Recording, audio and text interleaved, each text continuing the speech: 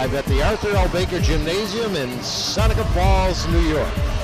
Good evening, everybody, and welcome to a classic arch rivalry matchup between the Newark Reds visiting the Mynderse Academy Blue Devils. I'm Dave Barnick, along with Kevin Korzaneski, courtside here at the Seneca Falls Gymnasium. And both teams on the fringe of contending for the Finger Lakes Eastern Division title.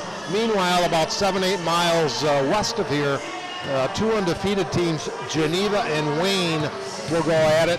Mynderse looking forward to rebound against two early season losses against both those teams after tonight's game. But first, Kevin Korzaneski, they have to get by the Newark Reds. Good evening to you. Happy New Year to you. What do you look for in tonight's matchup? Oh, good evening, Dave. Glad to be back with you again. Well, I look for Mynderse to live and die with it. You know, that's the story of this Mike Fields' legacy here is the three ball.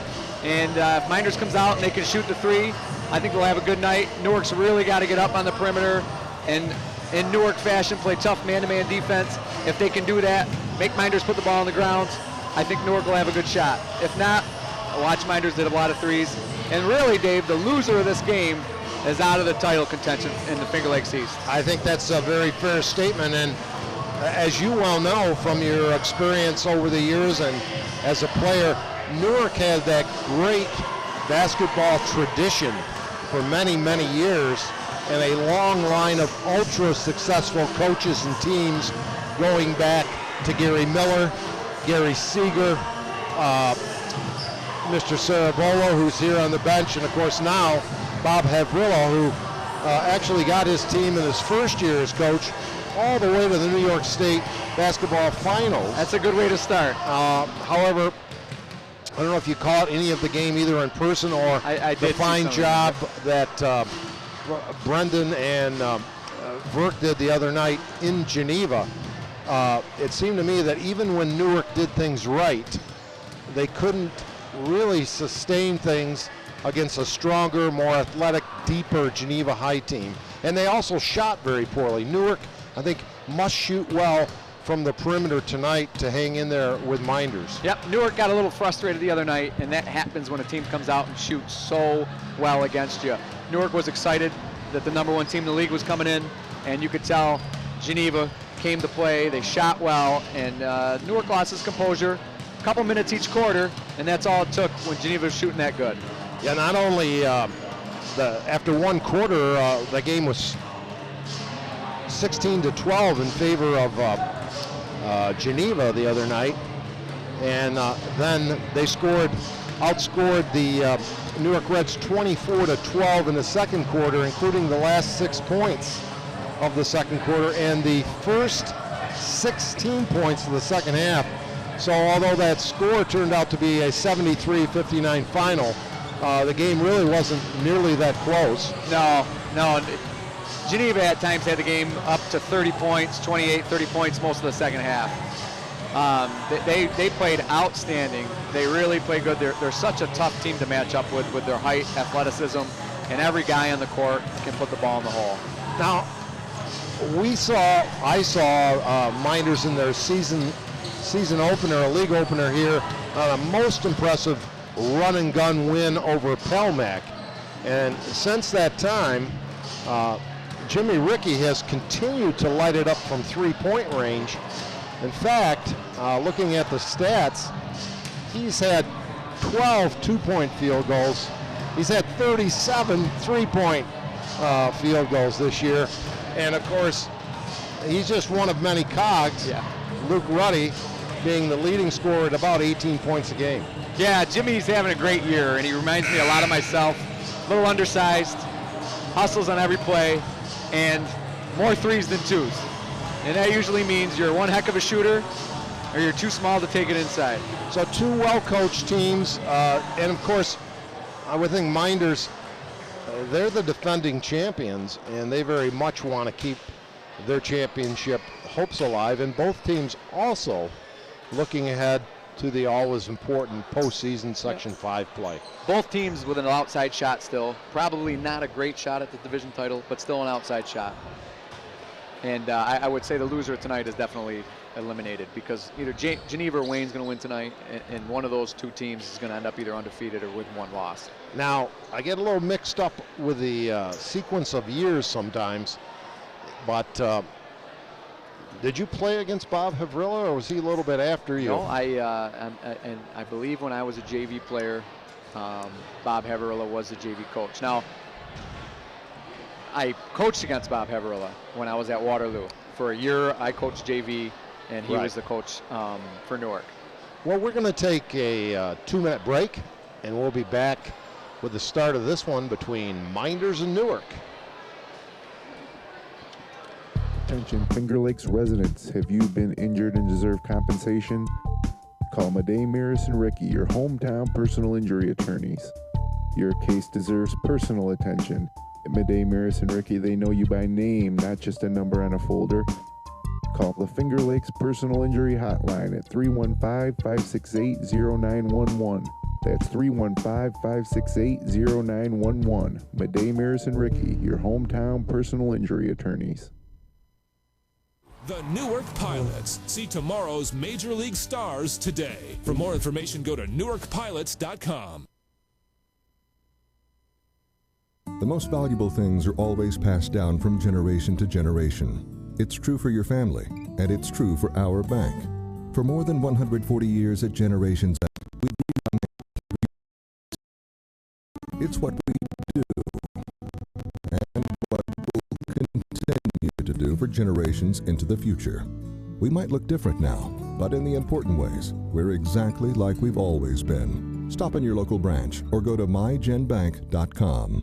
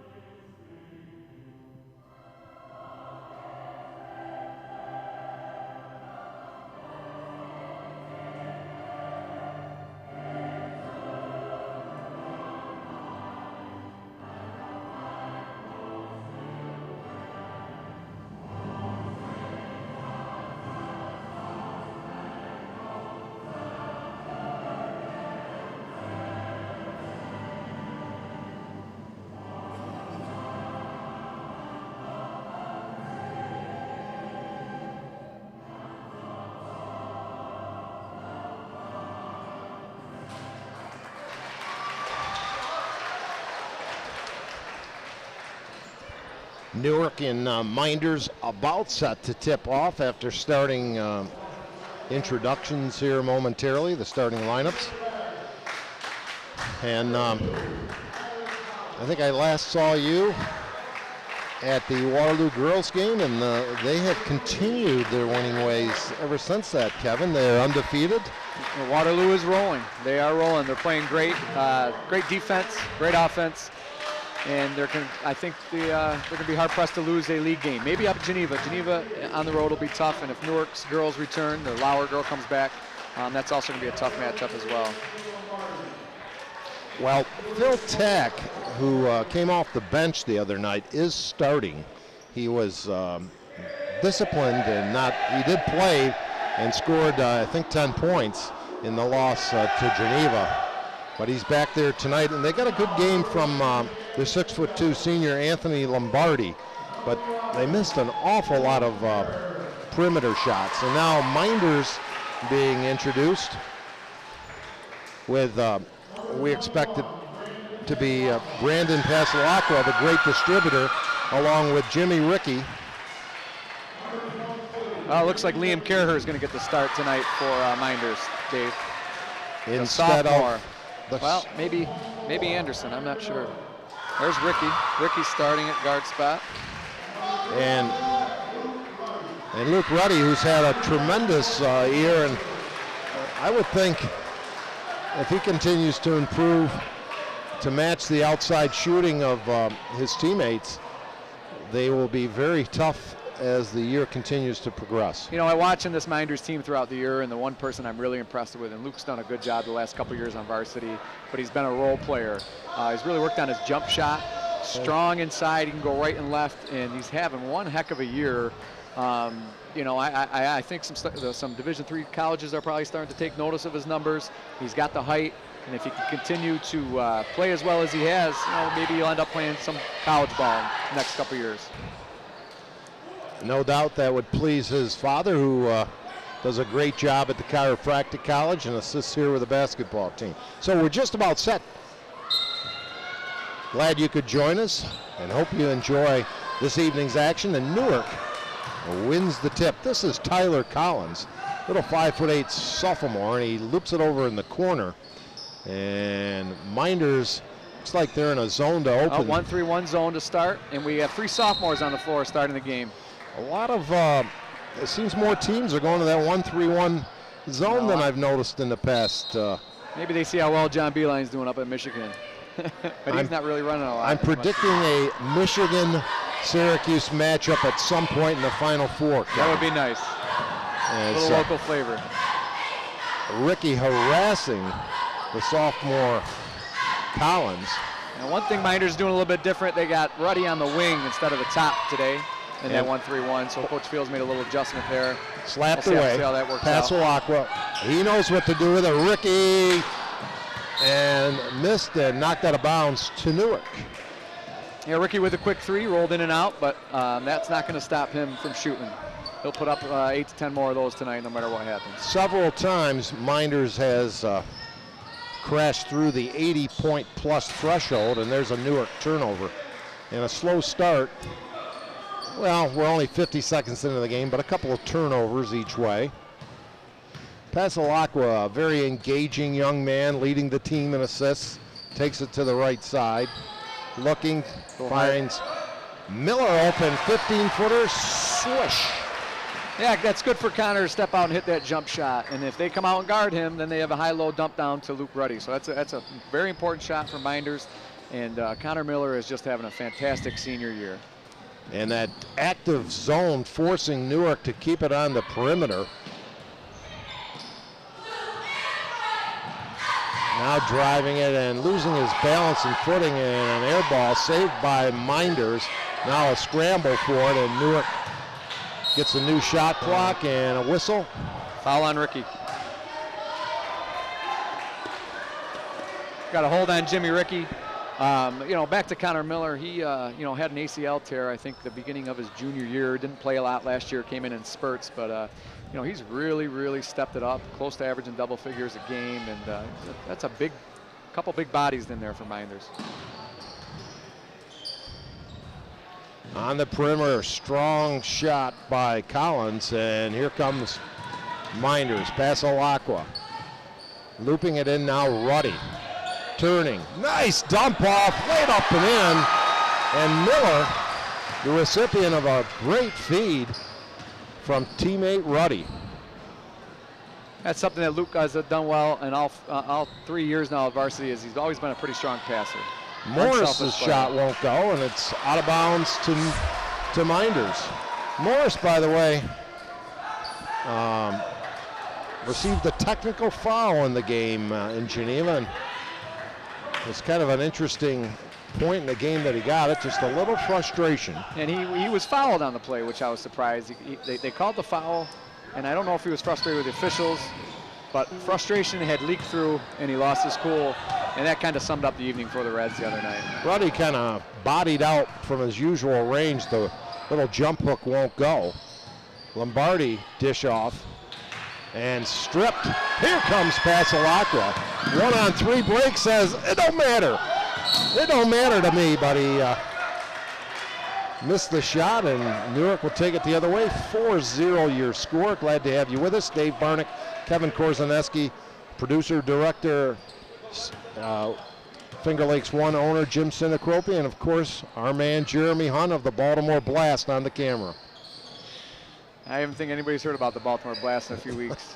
Well, Baltimore may get blasted this weekend as Lombardi with a nice little hard-nosed, head fake. blue-collar Lombardi. I like watching him play. He's a very tough kid, active, always seems to be around the ball. Got that little Anthony Varejao look.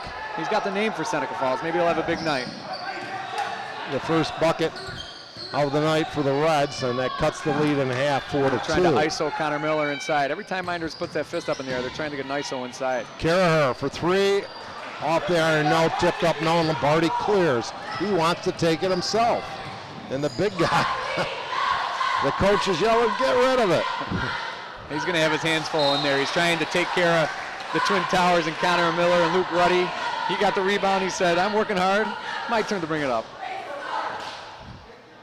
We're approaching the 4:20 mark of quarter number 1 from Seneca Falls. Pasalacqua to Ricky, and Ricky's bomb misses badly. And near steal, and they do get it. Ricky, Pasalacqua looking, leaving, Connor Miller, no. Tapped up, no, and Lombardi clears the iron. So opportunities by the wayside early here for the Academy, and hard foul on Miller will send Micah Wright to the line. Michael Wright's a very good athlete. He watched him the other night in the Geneva game. He's a tough guard as well. Connor tried to go up and block it, just couldn't get up quite as high and hit him on the arm. Nice form from the line. Well, Mynderse has started the game 0 for 4 from the three-point line, Dave.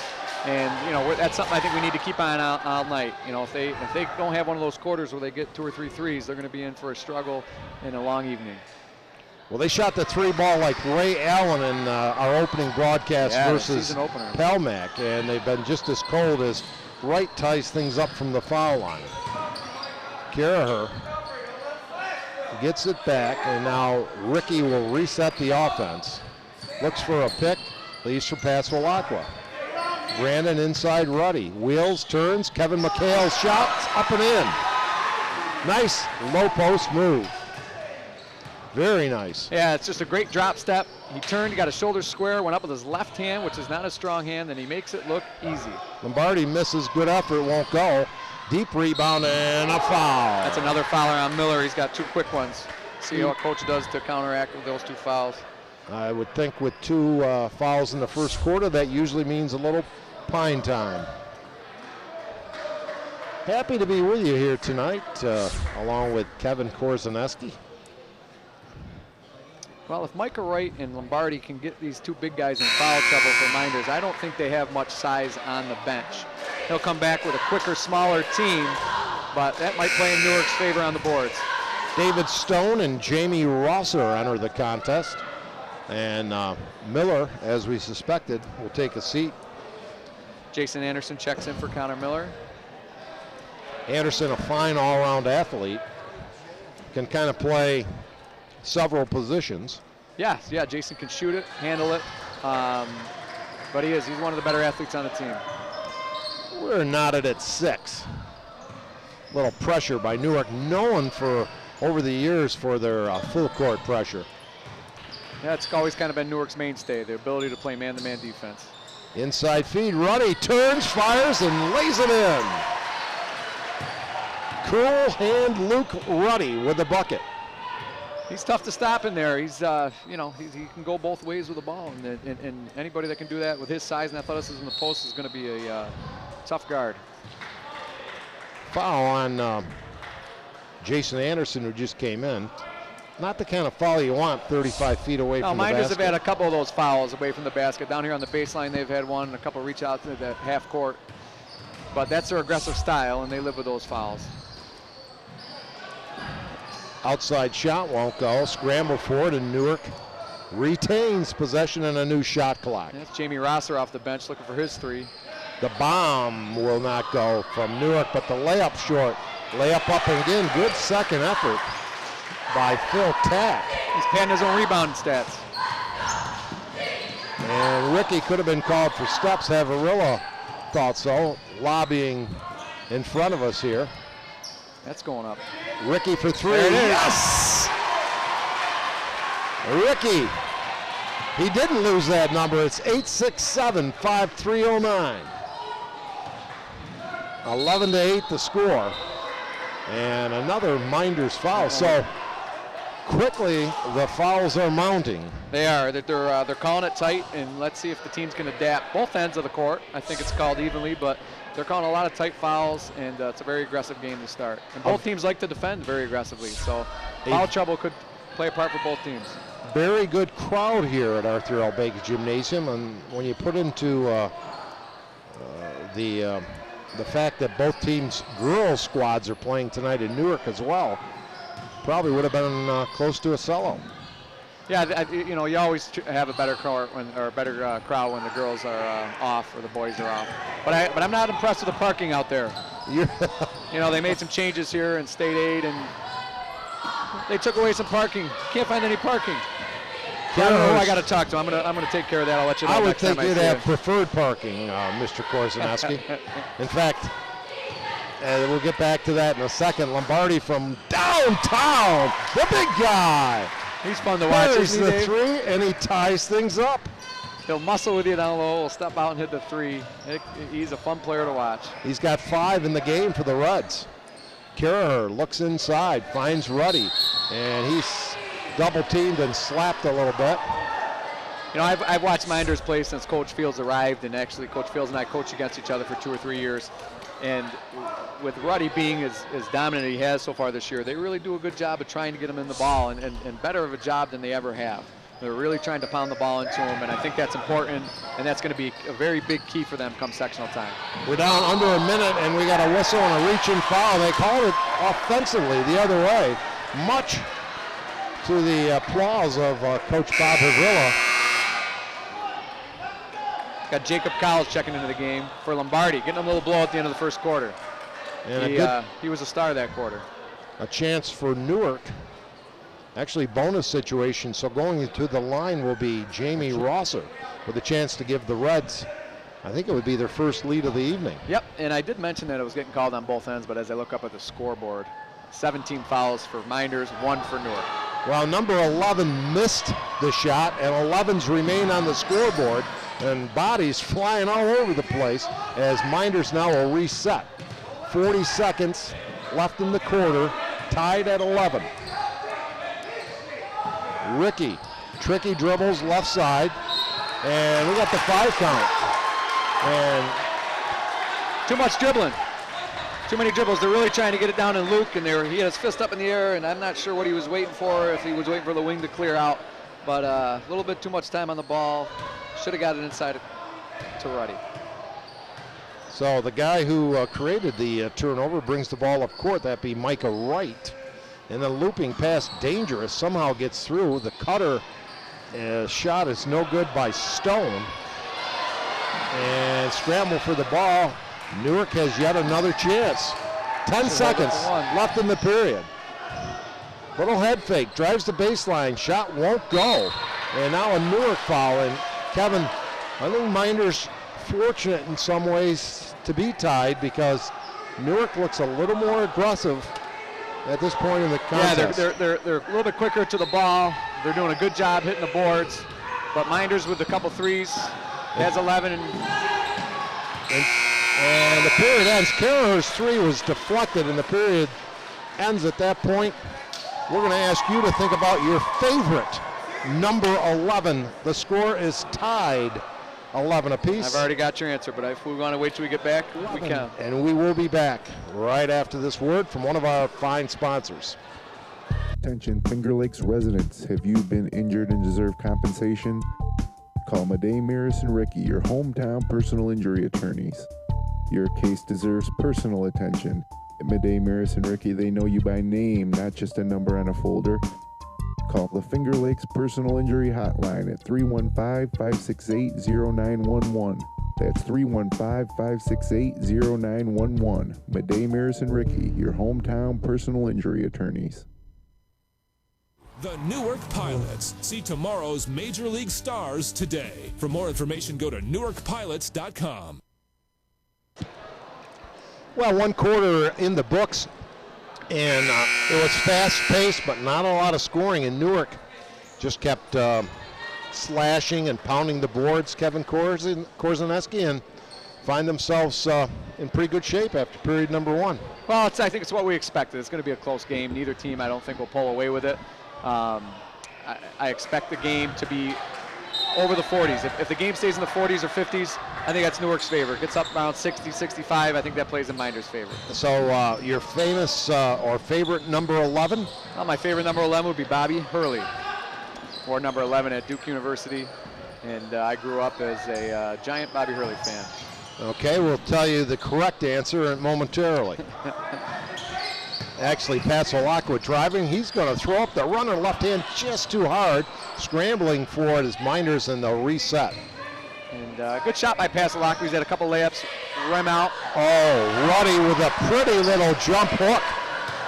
Nice move, and pretty good defense, just a better offensive move. He keeps the ball really high. He jumps very well, and he can go right or left. He, I keep saying it, but he really is tough to guard inside, and he's only a junior.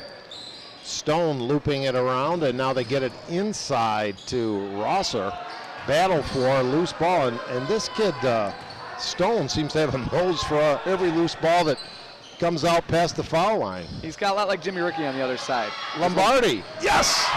Give him the three. He's got 2 threes now. I think they did give him a 3. I thought he may have had a foot on the line, but the big guy with 7 first half points to lead all scorers. Karaher looks for Pasolacqua. Brandon driving, throws up a runner, off glass and in. Well, my favorite number 11 played his college football at Morehead State. Phil Simms. Okay. Well, any good Giants fan would be a Phil Simms fan. I always liked him. Lombardi again. Another one. He's on Dirty fire. but good. Well, Mynder's got to do something to stop Lombardi. Newark's got to do something to stop Pasolacqua's penetration. And here he goes again.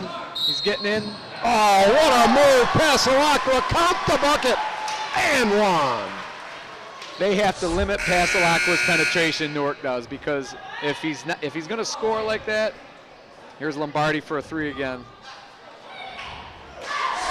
The thing with Mynder's other big guy on the bench with foul trouble, Ruddy certainly doesn't want to come out on Lombardi if they go man.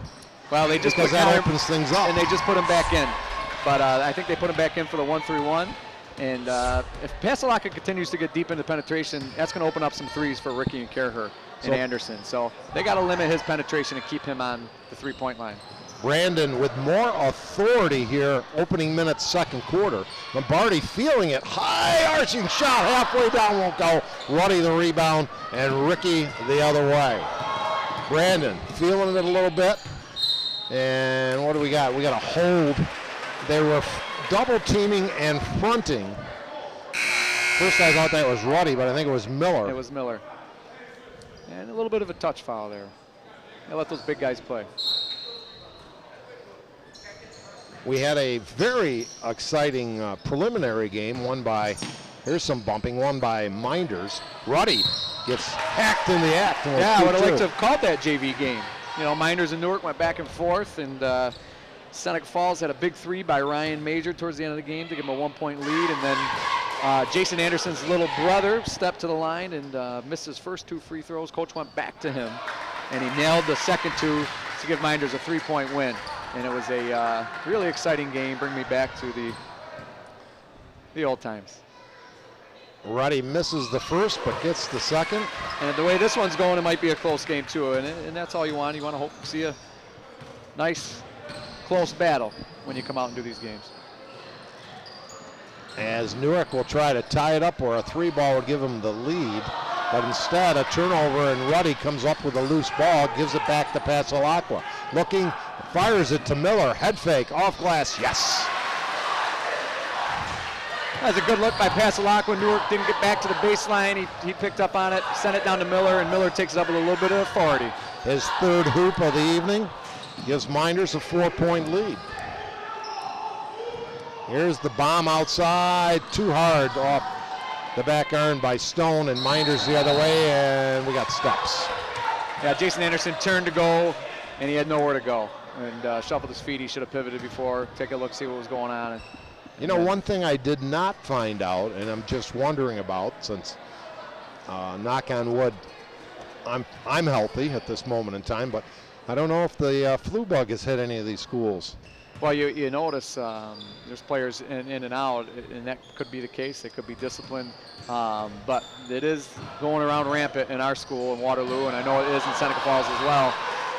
So, you know, it looks like everybody's here and healthy at this game. But you're right, a lot of quick substitutions as Newark throws it away. How much calmer Ron Cervolo is as an assistant here or a helper? I asked him before the game if he's gotten any technicals since he started helping out on the varsity bench. He said he was a little nervous when he started. He didn't know if he'd start yelling at the officials or not, but so far so good. Well, Jason Anderson with a 15-footer left side of the foul line gives Mynderse a 6-point lead. I think that's the largest of the night, and a missed Newark shot. And this is about the same point where in Geneva, Newark started to lag behind, and a turnaround jumper. He went to the bank after hours, and it counts. And a timeout by Newark. This might be Connor Miller's strongest game of his career, and he's just cutting. Him and Ruddy are just cutting through the lane untouched. We got a timeout on the court, and we'd like to take this moment to mention Madej, Mynderse, and Ricky, your hometown personal injury attorneys. If you have suffered a serious injury or accident and want personal professional attention, call the Finger Lakes Personal Injury Hotline at 315-568-0911 for a free, no obligation phone consultation. They've been serving the Finger Lakes and surrounding area since 1945. Visit them online at MadejMynderseRicky.com. Well, two things I've noticed here for Newark. One, somebody else besides Lombardi has to step up. You know, Micah Wright hasn't done much this quarter, but Lombardi needs a little help.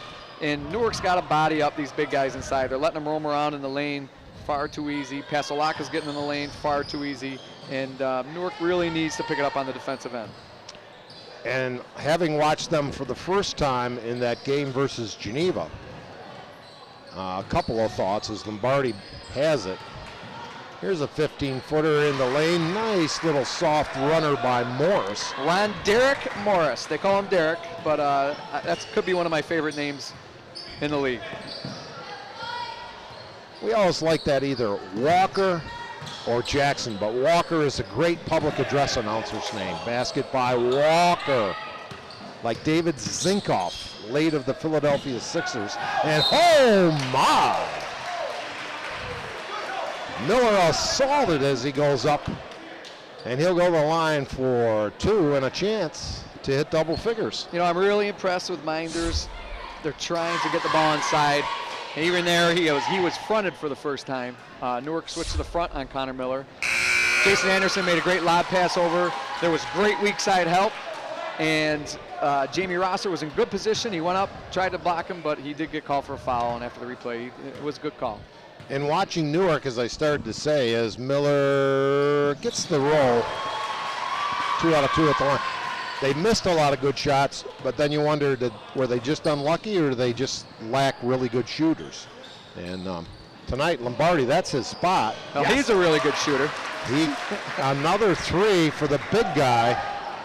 He's got 3 trifectas in the period, 4 in the first half. I think he might have 14 of the 22 points.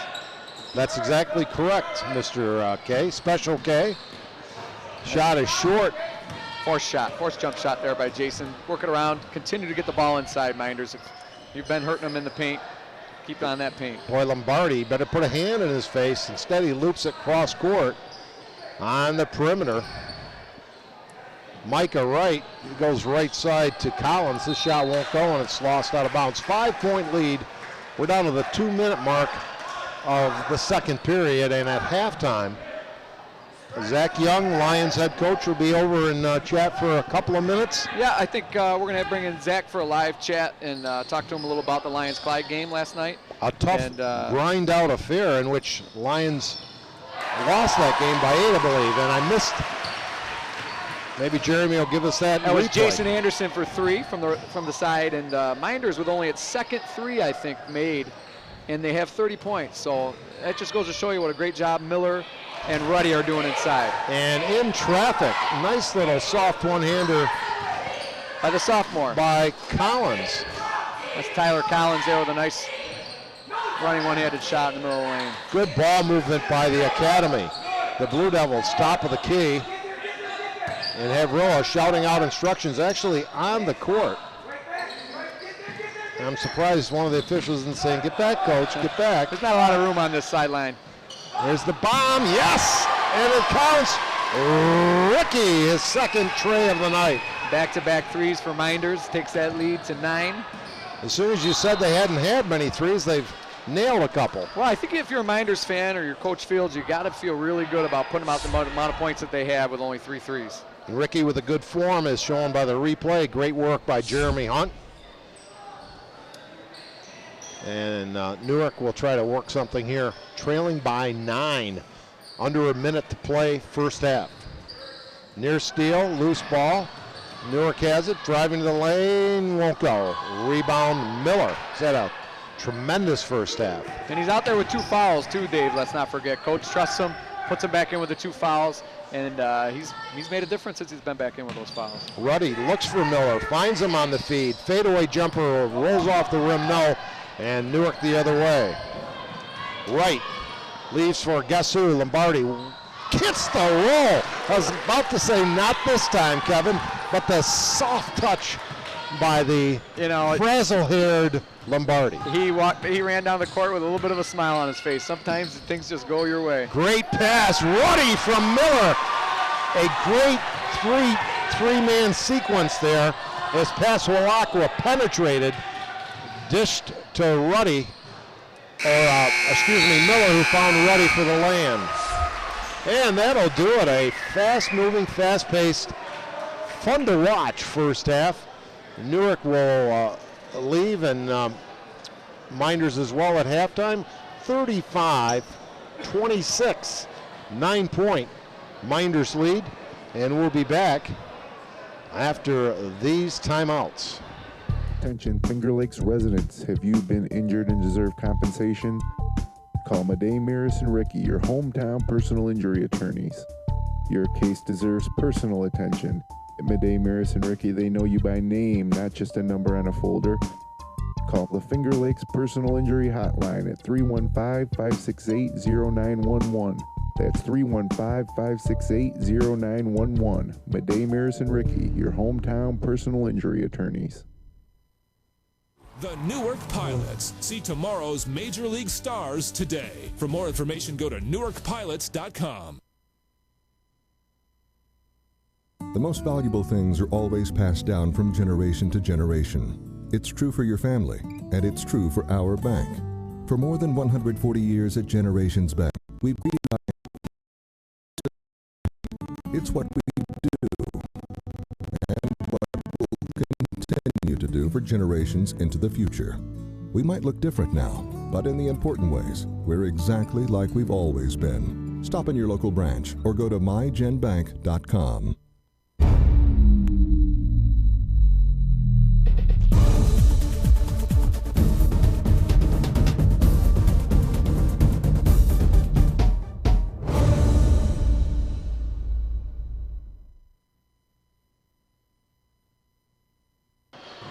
And we're back at the Arthur L. Baker Gym with Mynderse coming out to a commanding 9-point lead, 35-26, as you can see.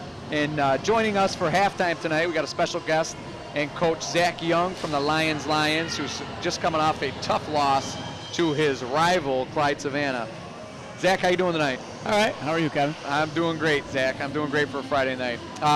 Let me ask you something quickly about Newark. I know you coached at Newark under Ron Saravolo. You did your student teaching there, I believe. Yep. So you're here watching the Newark Reds. Give me your thoughts on the first half.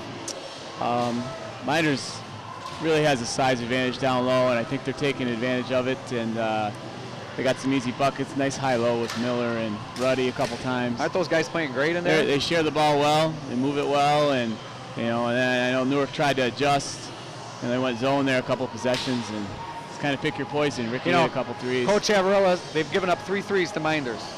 I don't think he'd be down 9 if they've only given up 3 threes to Mynderse. And for those of you who don't know, Connor is we work with Connor in the summertime, Zach and I do. So to see Connor come out after that ACL tear. Yeah, it's nice to see him playing well. Not to take a bias or anything, but Connor is a friend of ours, so it's nice to see him. He's playing aggressive, and he's getting his.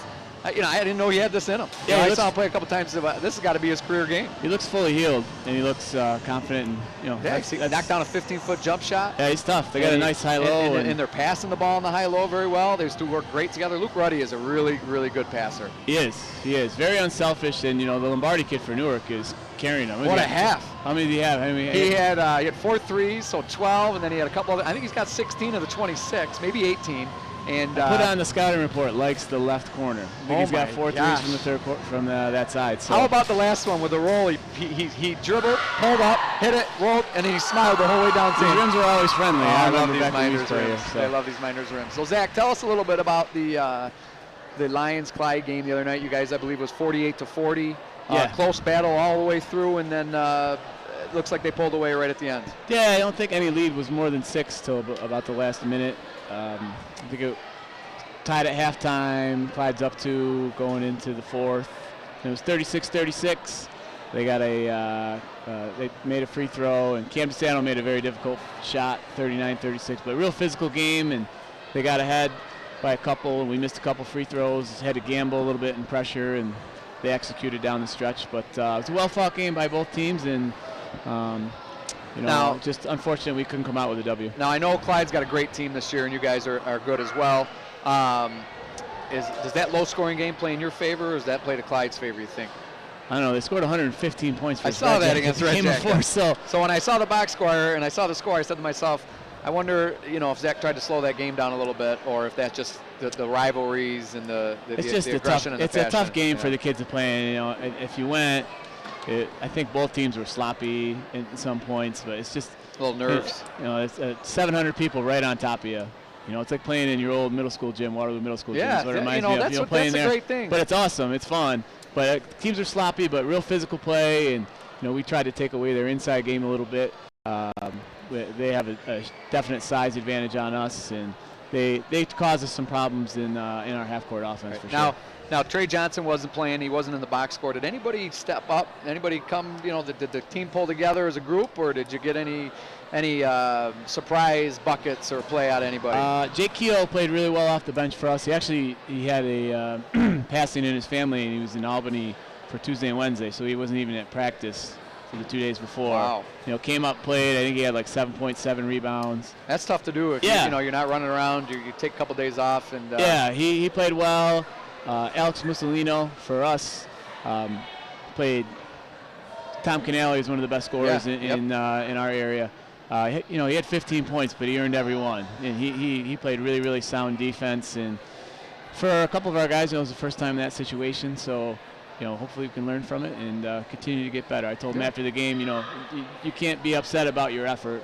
We just got to work on executing a little bit more. And we couldn't throw it in the ocean. Neither could Clyde though either. And a lot of that had to do with the defenses from both teams. I give them a lot of credit defensively. That's a tough environment. We got Geneva and Wayne playing tonight. I'm interested to see what that score is at the end. If they have the same low-scoring affair, or if those teams get out and go. I know both those teams like to score, so they'll probably be in the 60s. I think also playing at our place, it's a smaller court. But I think maybe, sometimes some people say that for a higher scoring game, when you have 2 really good athletic defensive tems, there's not a lot of easy buckets. There's a lot of room to get out. There's not a lot of easy buckets. There's not, even in transition, you can catch up sooner. So I think that played into it. I bet you that game's in the 60s or 70s tonight, though. I've at least played both of them. Well, listen, we love to have you on. We love to get some live interviews. And, we wish you the best of luck at Lions this year. How about sectionals? You guys, you still got a shot at the Wayne County League, and obviously that's probably your first goal. Yep. And if all goes well, that Clyde Lions 2 will be will be the deciding factor. But you know, for sectionals, who are some other teams that, that you guys are looking forward to? In our class is the 1 through 7 seeds. I think the 7 seed has 2 losses. So you got Perry has a very good score. Anthony Ricotta. Perry and Calmon played tonight. I was actually thinking about going down there, but 5-minute scouting trip's better than an hour and a half. I can see them later. And they're good. York won Class C3 last year. They're good. Cuba Rushford, who beat us, is pretty good. You know, it's the toughest C bracket to be in, not to complain or anything, but you're gonna have a tough game in the quarterfinals. Yeah, no bracket's easy, because even if you're in C or you're in D, you are a C or a D school. So yes. A lot of people say, oh, they're in D or oh, they're in C. Well, they're playing the schools their size. So yeah, we don't really think any bracket's easy, and we'd like to, here at Finger Lakes 1, wish you the best of luck the rest of the way. And I think we're doing a couple more of your games this year. Yeah, we got Lions Newark coming up in a couple weeks. Which I'm interested in seeing that, because you guys have never played, and that'll be fun. So we appreciate your time, and thanks for stopping over during halftime. Good luck the rest of the way. And with that, we're going to take you out to commercial and bring you back to some live action here at the Arthur L. Baker Gym. Attention Finger Lakes residents, have you been injured and deserve compensation? Call Mynderse and Ricky, your hometown personal injury attorneys. Your case deserves personal attention. At Mynderse and Ricky, they know you by name, not just a number on a folder. Call the Finger Lakes Personal Injury Hotline at 315-568-0911. That's 315-568-0911. Mynderse and Ricky, your hometown personal injury attorneys. The Newark Pilots. See tomorrow's Major League stars today. For more information, go to newarkpilots.com. The most valuable things are always passed down from generation to generation. It's true for your family, and it's true for our bank. For more than 140 years at Generations Bank, it's what we do, and what we'll continue to do for generations into the future. We might look different now, but in the important ways, we're exactly like we've always been. Stop in your local branch or go to mygenbank.com.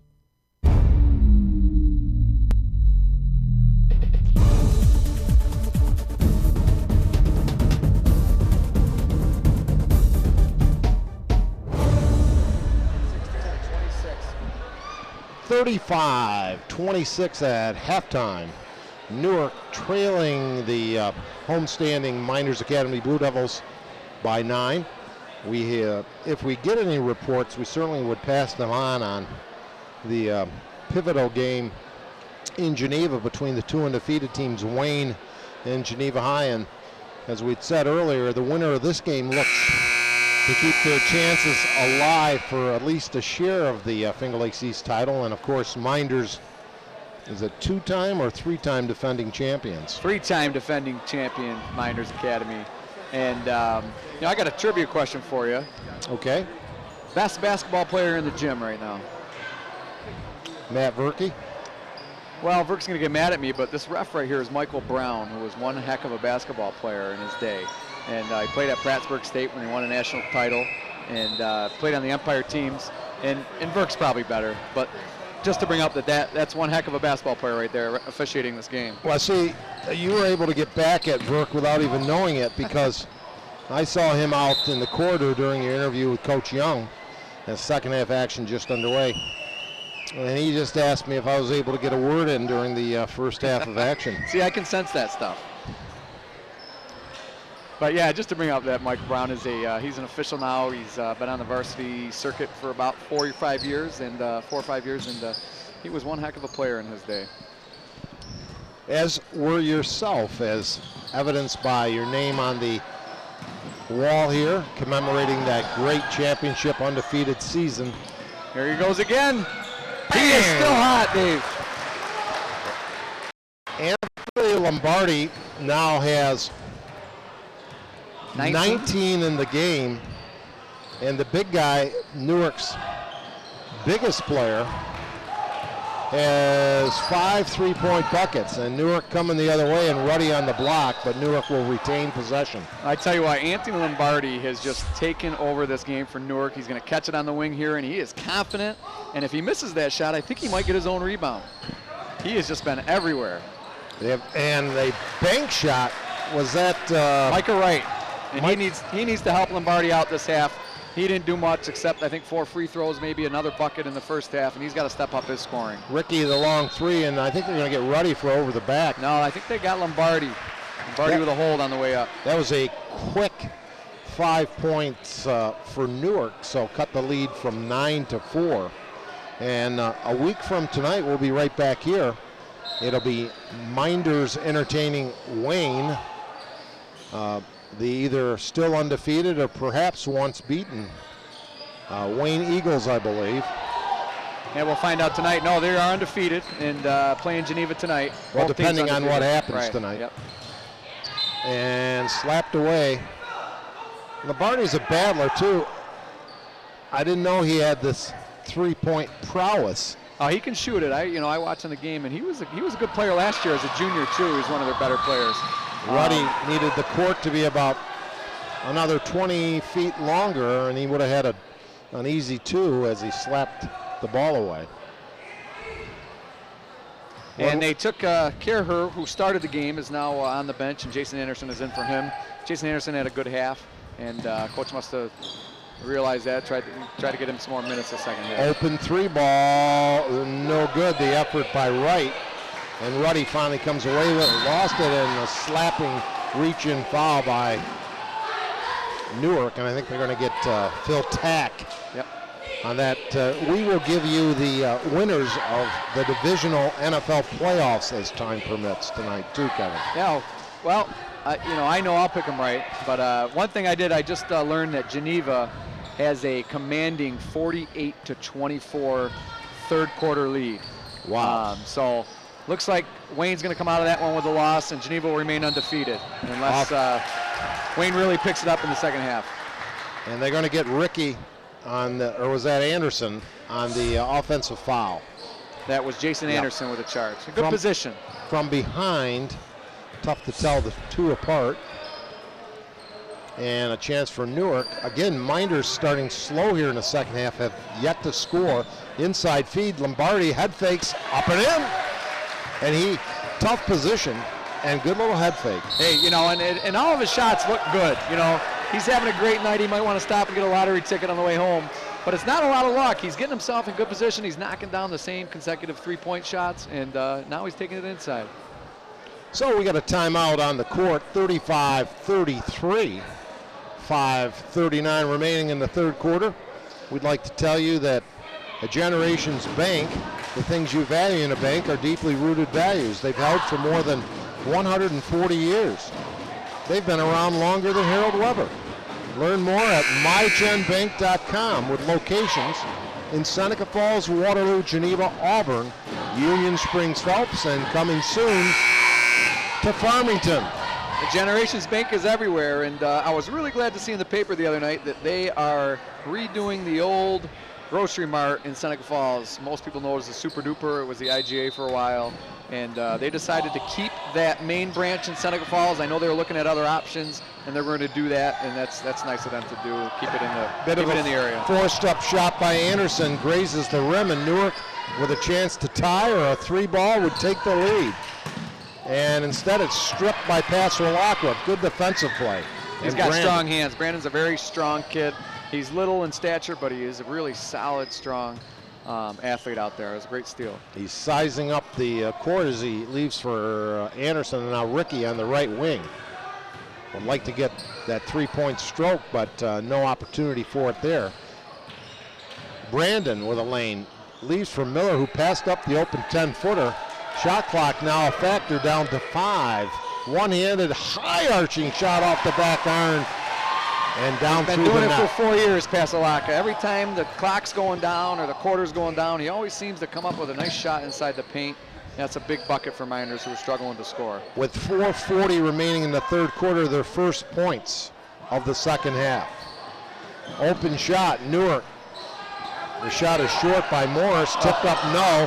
Ruddy, bodies flying, and still on the court is one Newark player.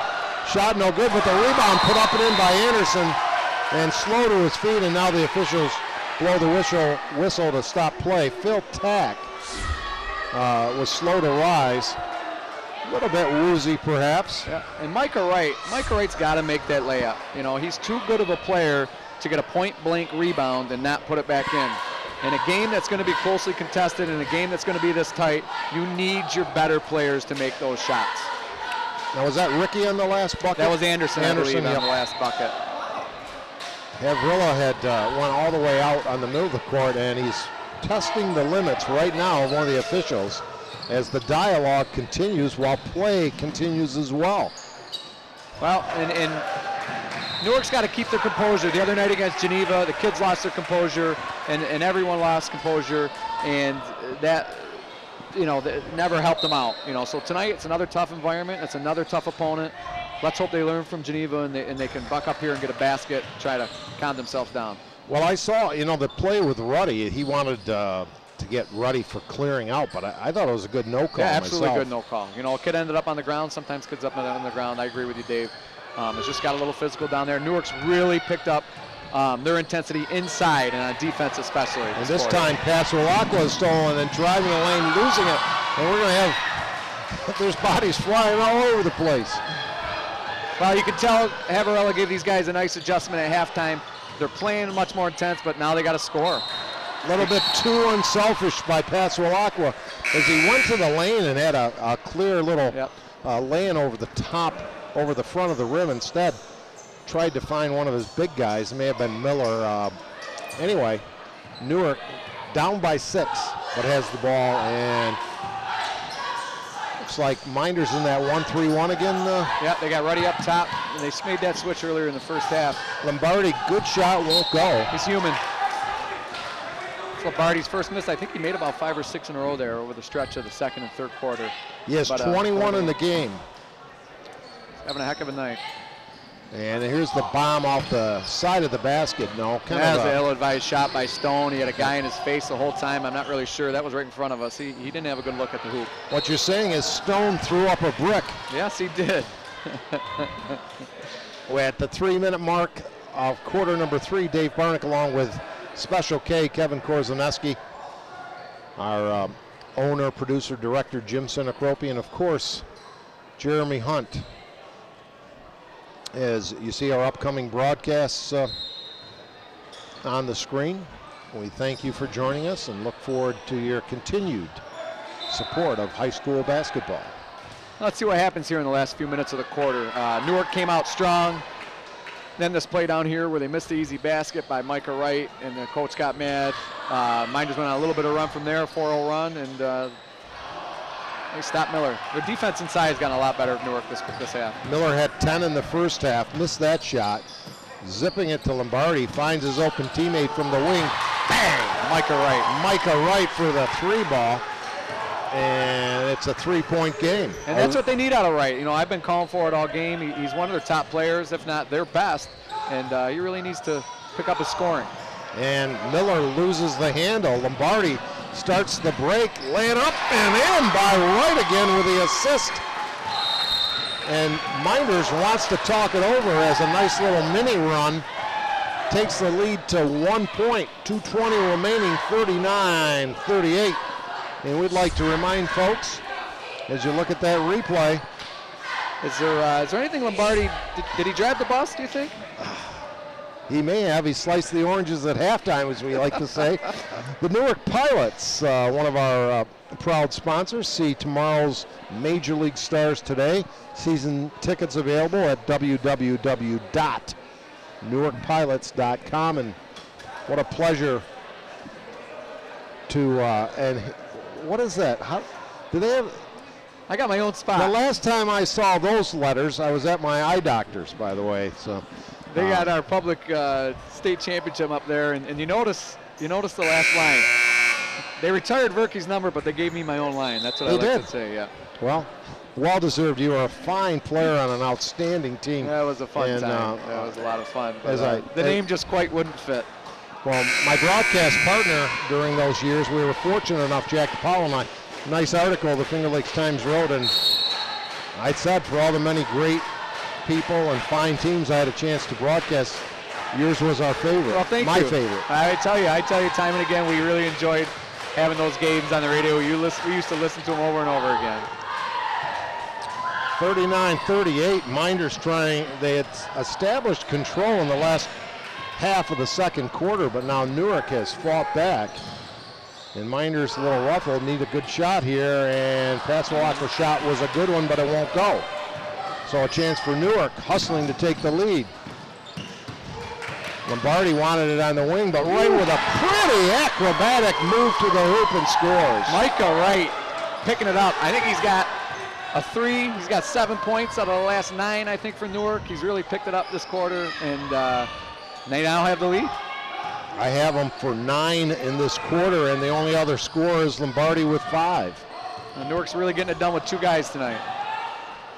Mynderse needs to remember what got him there, and Luke Ruddy with a left-handed move in the lane gives Mynderse the lead back. There's a little contact down there. Coach Everilla wanted the charge, but a great move by Ruddy, and that's what Mynderse has to do is they got to go inside and then work it to the out. And that's not what they traditionally do. They usually go outside in, but they really need to get that ball inside. Connor Miller's gone a little quiet this quarter. Here's the move. A little bit of a push off by Ruddy. Hey, Lombardi's a big kid. He's not easy to take down. The intensity of the game is picked up, and we got ourselves a barn burner here at the Arthur L. Baker Gymnasium. Down to the final minute of quarter number 3. The bomb from outside, swish! Tyler Collins.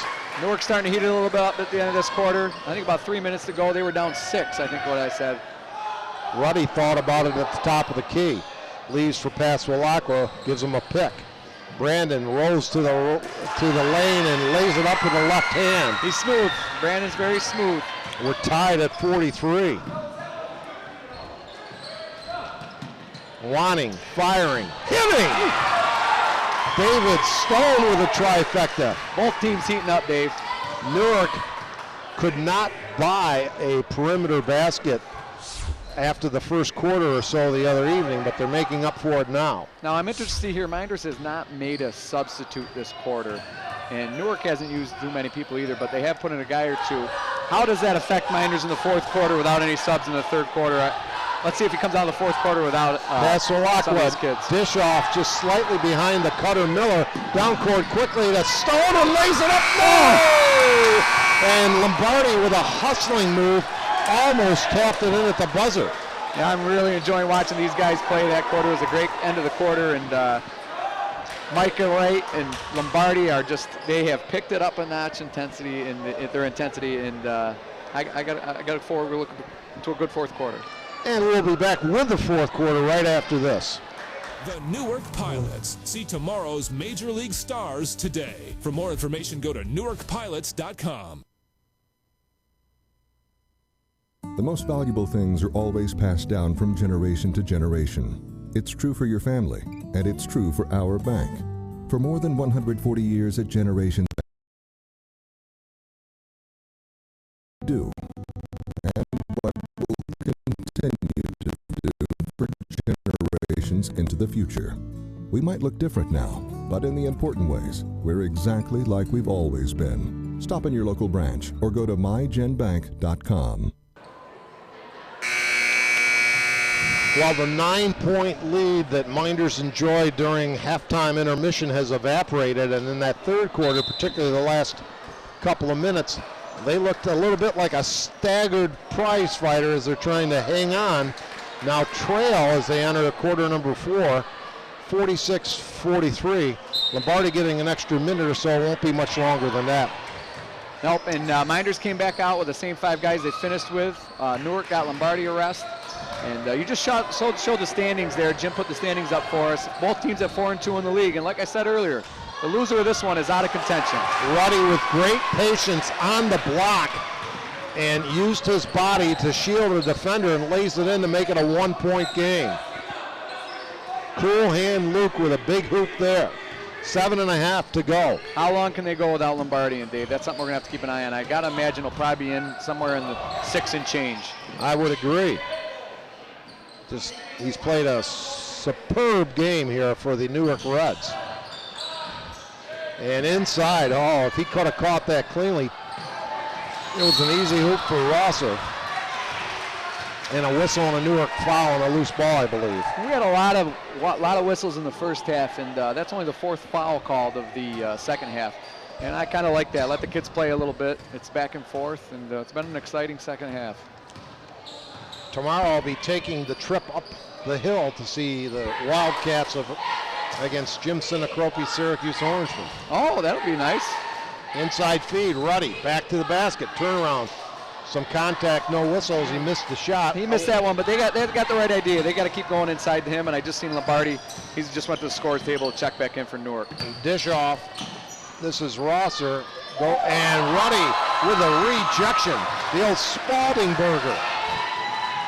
Passalacqua, one of the few openings of the second half, buries the three. That was Jimmy Ricky with the three, Dave. I meant to say Ricky. Yeah, Passalacqua fed it off to him. Ricky nailed it. And, that's a big shot for Mynderse, who just took to regain the lead. His first points of the second half, and it was a big one. 9 in the game, all on trifectas. 48-46, Mynderse, and Ruddy comes away with another rebound. He's had a bunch of them. Passalacqua leaves for Ricky, thinking about it. Itchy finger, inside. Miller blocked, picked off, and Ruddy came and got the loose ball, and he drew the foul. Ruddy's really attacking the boards nicely. Yes, he's kind of got Mynderse on his back right now, even though Ricky knocked down that three. But when Mynderse is in trouble, they got to get down the post and get the ball to Luke Ruddy. He's still commanding a lot of respect down there. He's doing a great job.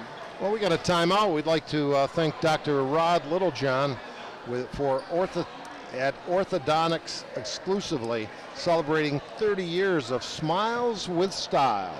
Visit www.littlejohnortho.com, and also Market Alternatives Insurance, serving Newark and the surrounding area, responding to the constantly changing needs of their customers.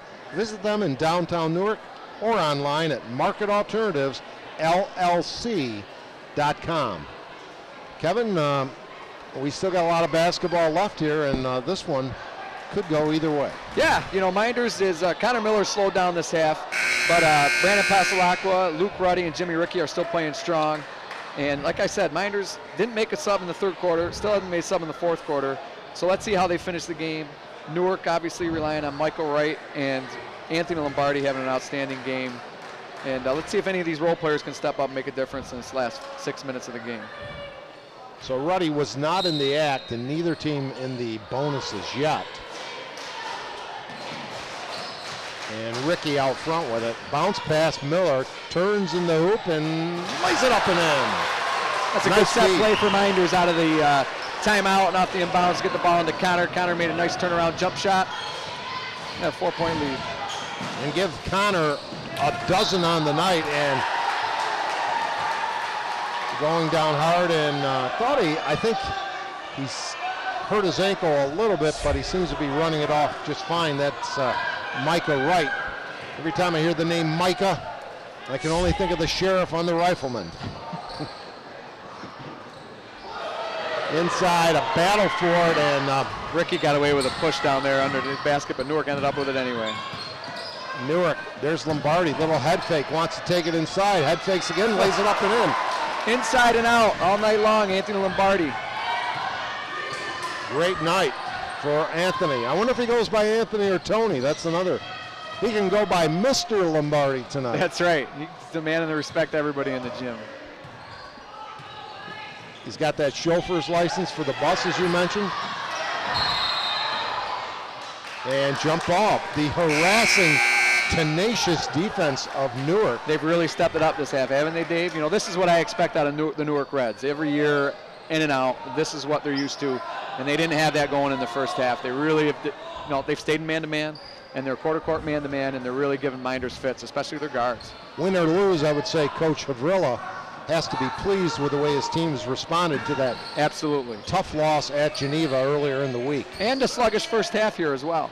They really came out the second half, and as a coach, you want your kids to play hard, you want to play tough defense. Oh my, Lombardi. And when a guy like that has a good night, you're happy. Rainbow Robert Parrish jumper in the lane.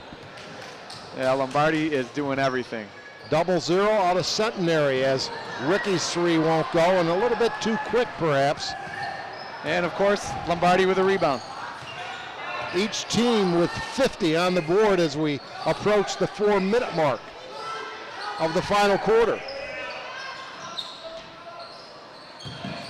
Newark driving, turnaround in the lane, no, and loose ball fought for.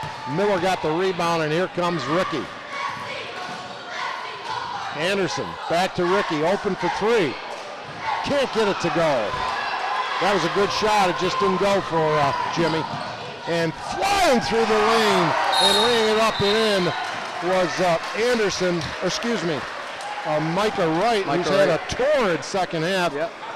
We got ourselves a timeout and a chance to remind our listeners that you're listening to watching FingerLakes1.com, and that one of our fine sponsors is Stever's Garage with complete bumper-to-bumper auto service. They'll pick up your car and leave you a free rental while they work. Call 315-568-8353 or visit jimmersauto.com. Well, Mynderse missed their last couple threes. I think Ricky shot a couple good-look threes, not bad shots, and Newark capitalized on the other end to take this to a 2-point lead. And you're going to have to watch that down the end. Does Mynderse have the legs to continue to shoot the three? Are they going to get the ball inside the Runny and Miller? How are they going to attack? And Newark in the full court, man-to-man. Well, the one thing is Newark presses is I think their tempo, or the Mynderse tempo, has been disrupted because of the pressure. And Passalacqua can't believe he was called for steps. Yeah, I was a little surprised with that call myself. Newark called that timeout to put that full court press on. So as a coach, he's very happy that the timeout worked. He got the turnover, and it's a good coaching move for Newark. Lombardi with Miller in his jersey. Yeah, I don't know. I'd like to see Ruddy out on Lombardi, see how he does on him. He's a little bit quicker than Connor. Connor's a little bit bigger, stronger inside, but I don't think quick enough to stay with Lombardi. The drop back shot is good by Lombardi. On fire here in quarter number 4 in a 4-point Newark lead. Passalacqua driving, left-handed shot gets, oh my! Brandon got hit hard and we hope he's okay, as his head actually also His head bounced off the ground after he hit, and he was hit pretty hard. Here's Lombardi's shot. Step back jumper, Miller in his face, that's great defense, and just buried it. They gave him 2. The ref was in position, he called it and gave him 2. Brandon always tries to lead when his team needs it the most, and I thought the call came a little late actually, and they seem to react almost to the reaction fall more than the contact above the floor. Shot is nothing but nylon. Saddle up, Dave. We got a 54-51 ball game. Both teams playing pretty good. The intensity's great. The crowd's gotten into it, and we're going to see who pulls this one out. I think Mynderse is calling for a timeout on the make. Well, as Matt Verke said, it's time and a half for overtime, and that's a possibility. I hope it is. Yes, Brandon hits both free throws. We'll keep it right here, a full timeout, a 2-point lead by Newark. A lot of fun here. Oh, it's a great, this is great. This is why you coach. This is why we love the game, Dave, you and I, and why we're happy to be here. And you got to wonder what's going on in each huddle here. I think Newark is going to try to say, we got to keep our defensive intensity up. We got to be physical inside. Offensively, keep attacking with Lombardi and Micah.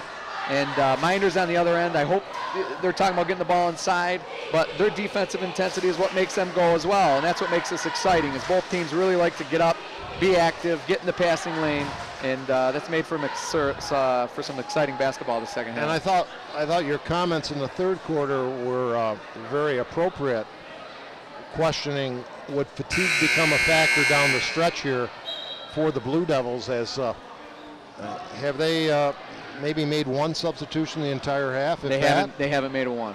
They haven't made a one. Well, I'm not going in there, Kevin. You could. Hey, coach, put me in. I'm ready to go. But I've noticed that about Mynderse when, Fields will sometimes do that, and I used to watch it with Dylan Verke, and he always seemed to handle it, Dylan. He was a heck of an athlete. He worked really hard, and he never got a lot of blows, but always, he must condition him pretty well.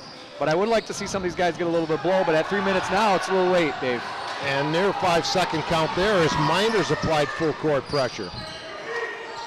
trying to respond in kind to the Reds. Top of the key, this is Rosser. He leaves for Wright, who's had a great second half. Outside shot, won't go, tapped up and out of bounds. They say off Waters. That was off Newark. That was off Newark. That's a good shot by Collins, that pull-up jump shot. You know, that's a lost art in the game, and he's shot a couple of those tonight. I believe he's just a sophomore. Yep, he must not be a shooter. Rosser had the open three at the top of the key, but he didn't take.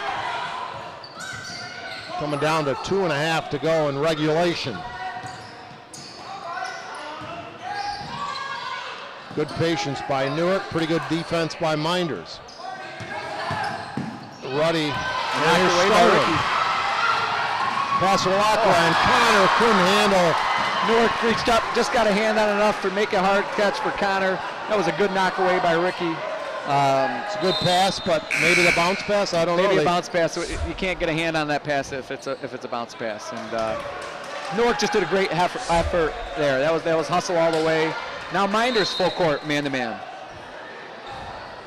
And I got an update on the Geneva game. Wayne has cut the lead to 10 in the fourth quarter, 62-52. Making it exciting, and it's sure exciting here. 54-52, coming down to the 2-minute mark. Newark with the lead in the ball, 22 seconds left on the shot clock. Plenty of time. Inside feed, getting the roll is Wright. From Phil Tack on the pick and roll. That was a great entry pass on the roll. I was hoping you'd catch who made that fine feed, and Mynderse in need of a bucket. Has Newark led by more than 4 at any point tonight? I don't think so. No, I think you're right. I think 4 has been their biggest lead. Mynderse, of course, had a lead of 9 earlier in the second quarter. Now, the other interesting thing, the first quarter was plagued, or I don't know if plague's the right word, but a great many calls, personal fouls by both teams. Not so much here in the second half. You know, it's lopsided. It was 7-1 or 2 in the first quarter. Now it's the other way, 6-1. Pasolacqua. Looks like Brandon got bumped there too. He was bumped. No call. They did get the ball cleanly, and then Newark calls a timeout. 4-point lead, 1:20 left. Well, Dave, correct me if I'm wrong, but I believe at the end of the third quarter, Mynderse had 46 points. That is correct. They led. No, 43. 43 points. Because they trailed 46-43. So they got 9 points this quarter. And again, I hate to beat a dead horse, but Mynderse starting to look a little ragged out there. Newark a little fresher. I haven't seen. I don't know if Kerher got hurt, but Kerher started the game. Hasn't been in there in the second half. I'm interested to see what happened to him. And Newark now with a 4-point lead with 1:20 to go. Let's see how much time they can take off the shot clock. They got a 29-second shot clock. They can get to this under the minute with a 4-point lead. I think coach would take that. Well, your point is well taken. They scored 35 points to Newark's 26 in the first half. So if my arithmetic's correct, that's just 17 points in all but 1:20 of the second half. And the major component to that is Newark's man-to-man defense. They've really stepped up their intensity. But, it's tough to send 16, 17-year-old kids in there for a whole half without a break. And most of these kids didn't see much. I think Luke Ruddy's played the whole game. I think Brandon Pasolacqua's played the whole game. And I think Jimmy Ricky's played the whole game. They need a stop here in a hoop. Rosser out front. Open shot for Collins, doesn't get it, tapped up, and just getting to the board, missing the shot, and a big break for Mynderse, and they're flat-footed, and we're really fortunate that I think that was Rosser didn't Jamie lay Rosser, that in. He's out jumping him, he's out quicking him to the ball, but fortunately for Mynderse, he couldn't put the ball in the hole. Pasolacqua will try to lead the offense here. Takes it inside, misses, but Ruddy there for the rebound. Do we see a quick timeout? No, we see full court pressure, 2-point game. Down court, Lombardi. He's been player of the night so far. We've got a 1 second differentiation with shot clock. Newark does not have to shoot. And they throw the basketball away. Newark should have used the timeout there and told the kids, we don't have to take a shot. And I think coach was thinking about it. He was thinking about it, and he never got the timeout, and he really should have settled his guys down and said, shot clock's off, boys. There was a 1 second differentiation. Even if it goes off, Mynderse got to go full court in 1 second. So they really should be on the foul line right now, and they're not, and Coach Everill is probably pretty upset with himself about that. Yeah, I would have thought that maybe with 10 seconds left, no more, no less than that, Coach Fields would have said, you got to foul, but they didn't get to that point. We'll keep it right here, 56-54. Mynderse with a chance to tie or take the lead with a 3-ball with just 25.7 seconds. I think I quickly run a set to get the ball inside to Ruddy. You always take overtime in the cozy confines of your gym, and here, especially with the crowd the way it's going tonight, I look for Mynderse to try to get the ball inside to Connor Miller or Luke Ruddy and try to tie this game up. Come down, defend Newark, and see what happens. They may go for a 3 if it's open. They certainly have the 3-point shooters out there with Anderson and Ricky, but Mynderse really should try to get the ball inside the Ruddy right now. Ruddy did a nice job. Paswalakwa took it to the hole, evaded the defenders, but then could not get his layup to go, but Ruddy's follow-up. He's done that a lot this quarter. Paswalakwa's been getting it in there, not doing a lot with it, but that time it ended up in the right guy's hands. So we got Anderson, Miller, Ricky, Ruddy, and this is Paswalakwa. Newark could also foul here, Dave. Newark could foul and force Mynderse to set up an out-of-bounds play. But it looks like they're going to play straight up man-to-man. Ruddy could have been called for the offensive. Anderson back to Paswalakwa. We're down to 5 seconds left in the contest. Throws up a runner. And they call a timeout with 1.3 seconds left. They should have 3 or 4 seconds. I don't know if they'll roll back and chalk that over as officials, but you got to give a couple seconds to count down. And they were calling for a timeout right away. So. And we watched the replay right here, and quite frankly, it reminded me an awful lot of some horrible end of the game plays by NBA where they just go one-on-one and wait.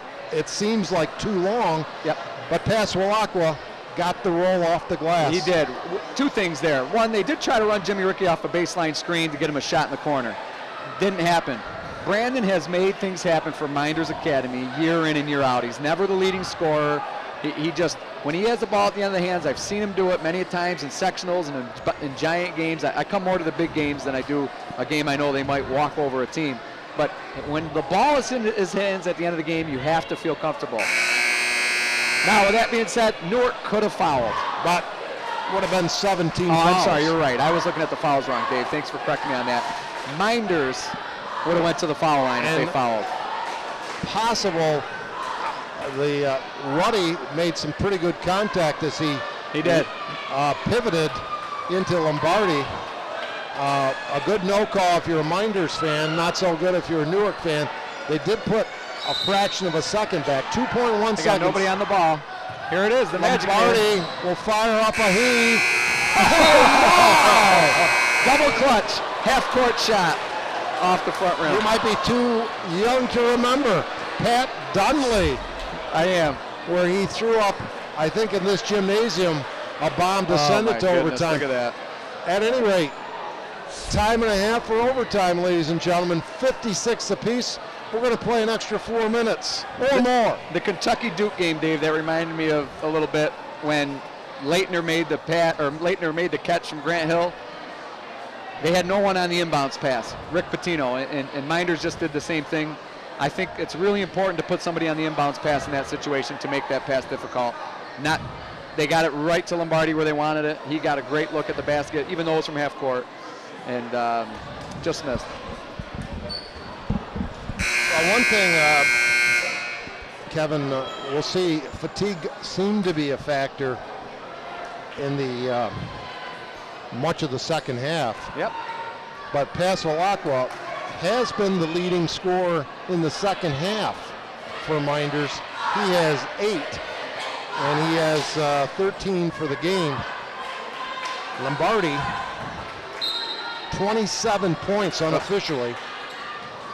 as Mynderse gets the tap, and Anderson had a layup, but he bounced it off his foot. And that looked like a nice play from Mynderse off the tap. They certainly had the ball in the right spot, but Anderson just fumbled it and lost it. Let's see how they handle the nerves too, Dave. A little overtime game. It's been a little two-ball. Oh, what hustle by both teams. Ricky with a nice save. Ricky saves to pass Rolacqua, and Brandon cool as the other side of the pillow. And Miller is fouled, and that will send him to the line for a 1-and-1. Little touchy down there. You know, at this point in the game, I think both coaches would rather see a little bit more physical play, but kid reached over. Mynderse has only shot 2 foul shots in the second half. Newark has shot 0. Yep. Now there's a big rebound by Ruddy off Connor Miller miss. And again, back to the fatigue on these free throws. Let's see how Mynderse does with those free throws towards the end of the game. They spread the court with Rolacqua at the point. Ruddy in the corner. Back to Brandon. Tied at 56. 1 minute into the 4-minute overtime. They're begging Rolacqua to take the shot. And he does. Left-handed set shot, no. And it looks like, well, we're on the other side of the court. At first I thought Lombardi knocked it out of bounds. I thought Mynderse was going to get it back. You know, that's the scouting report on Brandon. You can't get up too tight on him, let him go by you. You got to make him shoot the free. An exciting, scintillating game between the Newark Reds and the Mynderse Academy Blue Devils. And here's a steal. Anderson laid up, and it's trapped against the glass. I thought that's an goaltending call. No. That is no longer goaltending. Okay, thank you. And he pinned it against the glass. It wasn't already on the glass. He went up and pinned it himself. That is not goaltending. That's a good no call by the official. And an outstanding athletic move by the Newark Reds. Was that right on that? I don't know if it was right or Rosser, but it was a great steal by Anderson to get it out there, and then a great recovery and block. And the first point of the overtime scored by Miller at the line for the Blue Devils. And a 1-point lead. See if Mynderse picks up full court here, if they get back and pick up quarter-court win. Friendly home rim roll, 58-56.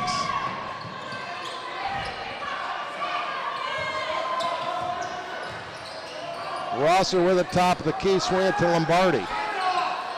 Ruddy is on him now, not giving him an opening if he can help it. He hasn't needed a lot of openings. And there's a slap away, but Mynderse, as they got the steal. Yeah, Ricky got away with a foul there. That was right in front of us. I heard the slap from here. You know, Coach Avarello is barking, and he's barking for good reason.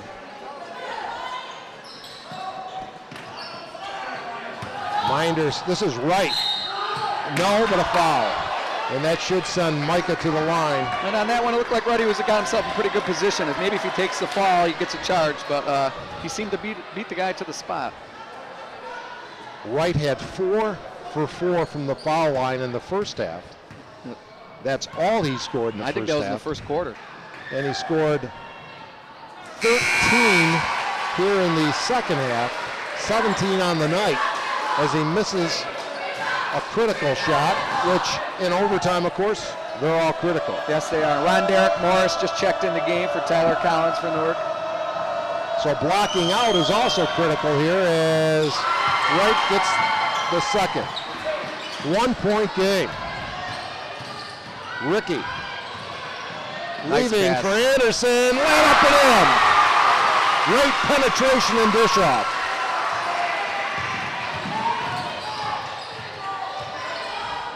Well, I talked about the fatigue, but Fields knows his kids best. He's been pressing, he's been running them, and they seem to be doing all right with it, Dave. Driving and slapped away by Miller, picked off by Ruddy. Great defensive slide to get in help position by Connor Miller, and he gets a big block from Mynderse. Still a one-possession game, but that could have been a big Ricky shot. Could have made it 2 with a three-pointer. 1.5 to go. Near turnover by Newark. And got to get the ball in Lombardi's hands here. Let him see if he can make some penetration against Ruddy. My buddy Harold Weber used to call this double bear aspirin time.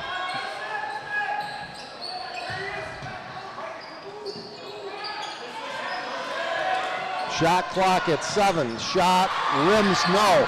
Rebound, right. Leaves for Lombardi. Head fake, slapped away by Ruddy. Scramble for the ball. Who's got it? Newark, and the bucket, and the timeout. Jamie Rosser with the overtime. The first field goal of the overtime with just under a minute to play in OT.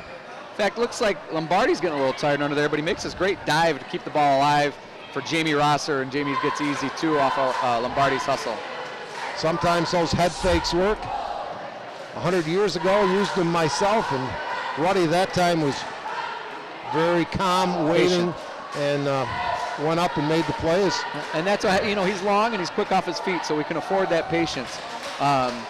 We got a minute left here. Newark should play solid man-to-man defense. I don't know if they'll full court press or not, but they don't need to foul, but they do need to get a stop, and they'll have plenty of time to come down if they do so. Well, an awful lot of effort put out on the court by both teams for the full 32 plus 3 minutes so far. And going to be a tough pill to swallow for whichever team leaves the Gymnasium a loser tonight. Yep, well, Mynderse got the 1-point advantage now. They're playing at home. Every whistle they get is 1-1. Rest of the way, it's going to be a shooting foul. So they got a little bit of advantage right now, and see if they can hold on to it for this last 60 seconds.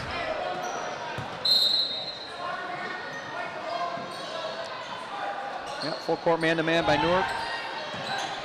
Ball in the pass up. And Paswalakwa has the inbound I thought they had speed. a nice spot to trap right there, and Coach Havrilla has to be saying no need to foul, no need to foul. And Paswalakwa, there's a foul. There's a foul, will send Ruddy to the line as Paswalakwa drove and left for the cutter Ruddy, and he was hit pretty hard by Phil Tack, as we'll see it right there. Yeah, and a lot of Mynderse offense this half has been Paswalakwa drive, Paswalakwa drive. They're doing a lot of dribble drives with Paswalakwa to try to create some offense. Great job by cameraman Jeremy Hunt. Does an outstanding job for Finger Lakes One Sports. Absolutely. Ruddy shot, good. Now, even if he makes this, 2 things. It still would remain a 1-possession game at 3, the lead. But Newark doesn't necessarily have to go for 3 with 44 seconds. Well, this is definitely a time in the game where you don't want to think 3. You got plenty of time. 62-59. You want to put the pressure back on Mynderse. You go inside. If you get an open 3, Dave, obviously you take it, but you just don't want to rush a bad shot. You want to get a good quality shot here out of your team. And he's got the whiteboard out, and he's ready to draw up his play, see what he can get going for his team here. Now, the next foul would be the double bonus for Mynderse, as Newark has 19 fouls. And next Friday, the very high-flying Wayne Eagles, although maybe not so much tonight as they were trailing at Geneva, will be here, as you see, to play Mynderse. Dave Parnick, along with Kevin Korzaneski, class of 1990. Where is that? Where is that year? 92? 1992, Dave. About 21 years ago. And I just got word in that Geneva did beat Wayne. So Geneva is the lone undefeated team in the Finger Lakes East. And now this team, the winner of this game will be 1 behind second place. It'll be a game behind second place. In third, and the loser will probably doesn't have much of a shot at winning the league. Mynderse in the full court man-to-man. And they can foul as long as it's not a shooting foul, to just slow up the pace if they choose to. They're not looking to do that. Yes, they are, and Miller does that because they still have, as they say, have the fouls to give. Fouls to give. And I was confused earlier in the game and thought it was the other way around, but Mynderse is the team that has the fouls to give, and they just use them wisely. I think the officials overall have not been noticed that much. No, I think they're calling a good game. There's a stop and pop from the sophomore, won't go. Rebound, Newark. No, what a foul. And precariously close to the potential old-fashioned three-point play. Late in this game, Jamie Rosser's been a beast on the offensive glass. That time he just got good position on Connor Miller, went up, got the rebound, and then we got a foul on Ruddy. And that's his third, according to the scoreboard. And badly misses the free throw. Looks like Newark's the one without the fresh legs right now. They missed a free throw last time. They just missed another one there. Looks like Havarilla's coming in with a quicker team to pick up full court man-to-man and maybe get a steal. We got 27.7 seconds left in the overtime. Rosser misses 2.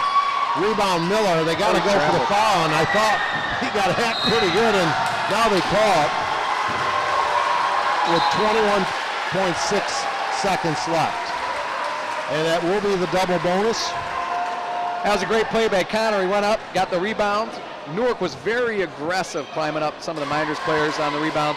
And then 2 or 3 guys attacked Connor. May have got fouled, may have got away with the travel, but he did the right thing. He dribbled out of trouble and got fouled. Now he's on the line for an easy one. Oh, he gives it a little body English as he scores unofficially his 15th point of the night. Yep, and that takes it to a 2-possession game for the Newark Reds. So they got to get down and get a 2 or 3 pretty quick here.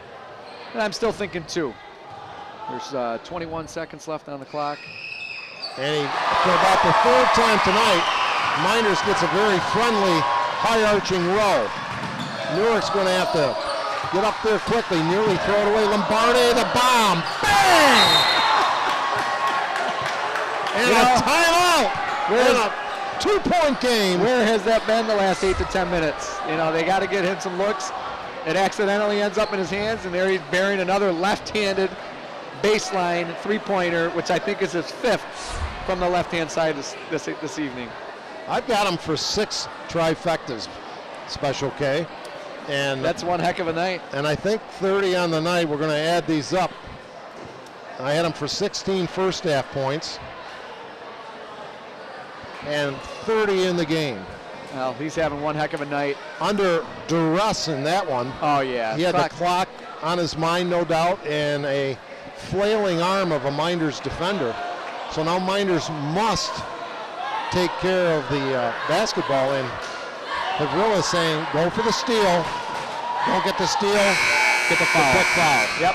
And let's see what Mynderse does. If they just try to inbound it, sometimes teams like to spread teams out and go deep on this, with Newark really overplaying, but they have Lombardi back there as a safety, so Mynderse should be just trying to get the ball into their best foul shooter right now. Ruddy looking, finds pass Rocco, and he gets bumped and almost went into the scorer's table. He tried to give a gentle foul, but they didn't call it.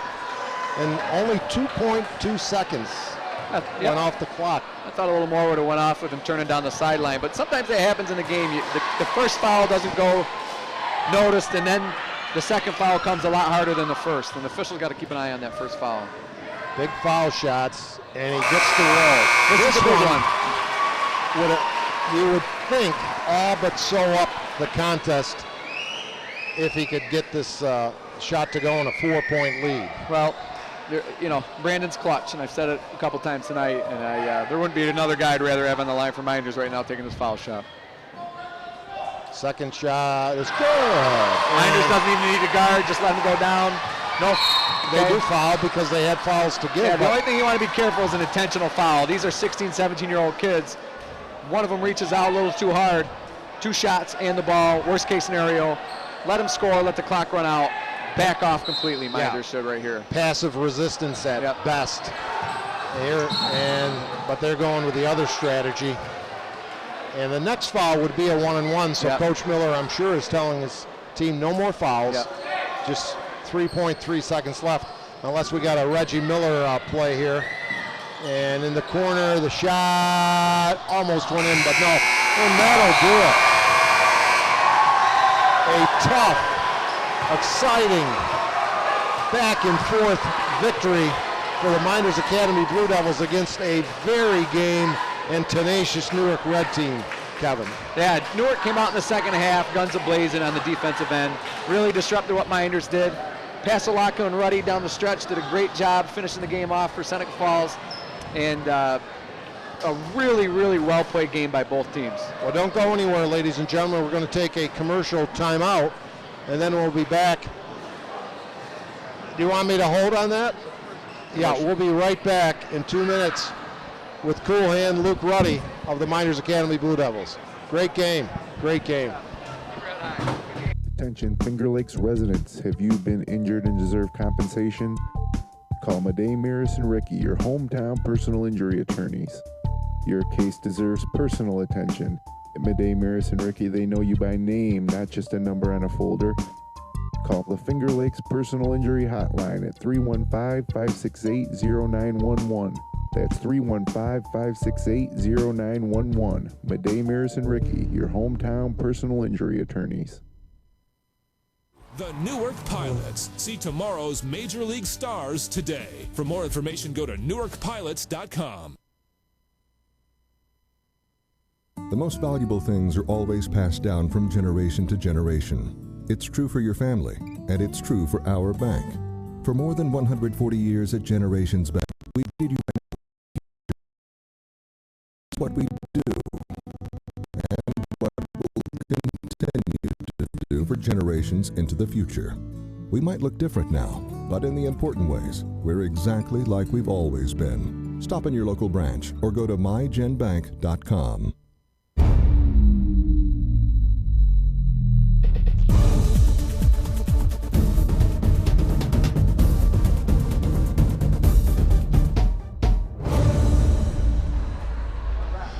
Well, we're wrapping up a tremendous basketball game from Arthur L. Baker Gymnasium.